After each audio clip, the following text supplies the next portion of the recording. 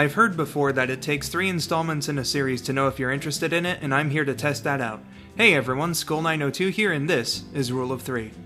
It's time for the third batch of reviews for Rule of 3. This and the next 3 episodes were randomly selected via Wheel Decide on stream, mostly filled by suggestions from the viewers. Today's episode was one such case, so thanks to That Hat Guy for suggesting Cyberchase, an educational cartoon that ran on PBS between 2002 and 2020. Created by Sandra Shepard, the series' educational goals are related to basic math and problem solving. I remember seeing glimpses of this show when it was originally aired, but since I wasn't watching PBS terribly often at that time, I didn't really retain much info about it.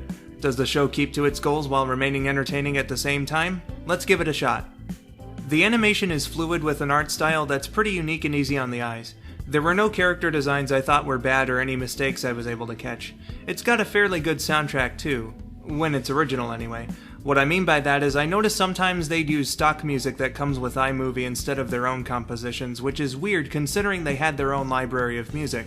Speaking of which, the theme song is alright, but the vocals kinda bring it down. Thankfully there's an instrumental version of it in the credits, which makes it sound way better.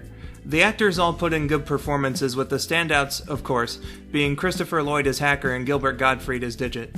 As far as the writing goes, it's kind of a mixed bag. You don't usually get educational kids shows with a storyline of sorts, so it gets some originality points there. The show has a sense of humor, but the jokes didn't really do much most of the time.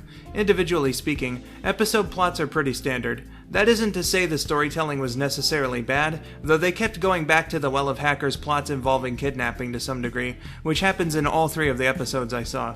Sometimes when it wasn't a moment where the kids would use their math or problem-solving skills, it felt kinda random whether there was an explanation of how someone got out of a perilous situation.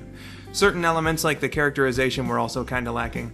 Dr. Marbles is supposed to be this mega-intelligent guy, but lets himself get kidnapped in 2 of the episodes, and the main trio of kids didn't really stand out from each other aside from their designs.